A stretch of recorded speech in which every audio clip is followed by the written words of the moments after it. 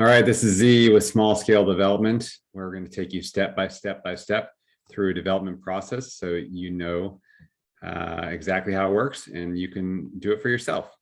So we're talking about Washington Ave project here. Last time we talked about zoning and utilities and contours, things like that, things that you want to look at when you are looking at acquiring a property or building on it. And one thing I did not mention also was looking at flood data, floodplain. That is in a different map. So for us, we have a GIS service that has a bunch of different types of data on it. And so we can go to the flood data map. So I'm going to come over here. Here is our site right here.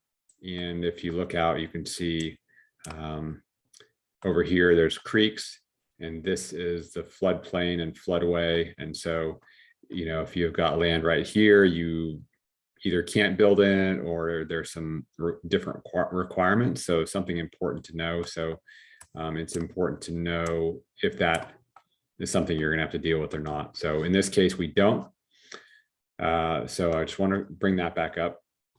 But today I want to go talk more a little bit about zoning. So this is zoned RIU, Residential Intermediate Urban, which from my experience, I know is sort of a small multifamily, single family zone. You can do up to 4 units per lot. So you can't do a huge apartment complex. So the way I find out the rules are I go over to the Unified Development Code and the zoning regulation. So that should be something that's in, you should have something like that in your city. So I'm going to come over here. This is Unified Development Code, and I'm going to go to the zoning regulations. There's a whole bunch of things in here if you want to do variances or different development conditions, tree preservation, all sorts of rules. But right now we're just going to look at the zoning regulations. And I'm going to go to the Residential Intermediate Urban zone. So it's to encourage development of detached and attached dwellings in suitable environments, to provide a range of housing types compatible in scale with single family homes, and encourage a diversity of housing types.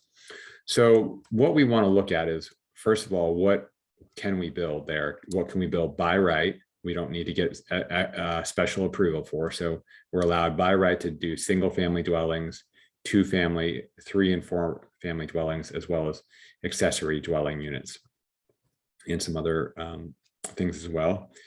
Now, conditionally, we could also have limited business. That means a small business. We could have home occupation or multifamily dwelling. So I guess I hadn't realized that before, but you could actually do, you know, a 8 or 10 or 20 unit building potentially, but you would need to do a conditional use. So that, you know, maybe that's easy to come by, maybe it's not, just kind of depends. You'll have to feel that out. But what we want to start with is knowing what we can do by right. And by right, we are allowed to do single, 2, 3 and 4 family dwellings. Now, a lot of zoning will have some sort of density or requirements. We don't have that in here. But what we do have is a lot width minimum. So our lot width can be a minimum of 18 feet. Now, if you do townhouses, that works perfectly. If you do a single family, you often have 5-foot setbacks for fire code. So you essentially can't, you know, so that would, if you try to do an 18-foot, you'd lose 10 and you have an 8-foot wide house. So, okay. And in here it says actual setback requirements. So side setbacks are 5 feet. I guess side other uses, presumably if it's, you know, maybe a multifamily, you don't have, or townhouse, you don't have that side setback. However, you still may have a fire code requirement, so that if you're building on the fire on the property line, you know, you can't have windows. You have to have it fireproof. So that's just something else to keep in mind. Often 5 feet is kind of the minimum for fire separation. With regard to setbacks, on the front, we have what's called a build to zone rather than a building setback. So in this zone, they want buildings close to the street rather than set way back. So we actually can build essentially from the property line to 25 feet. So we can move it back and forth, but we can't build way back. Well, we can if we have a building in front, but we just can't. We can't have the front of the building further than 20 feet back.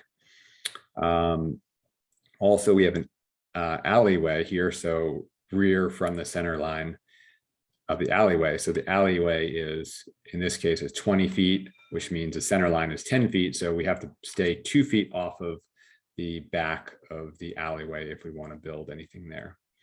And building height maximum, we can do 2 stories or 3 stories, but I guess if you're between 0 and 10 feet from the front of the property line, then you have to you can only build 2 stories, and then I guess you can build higher if you're behind that. So you don't have this.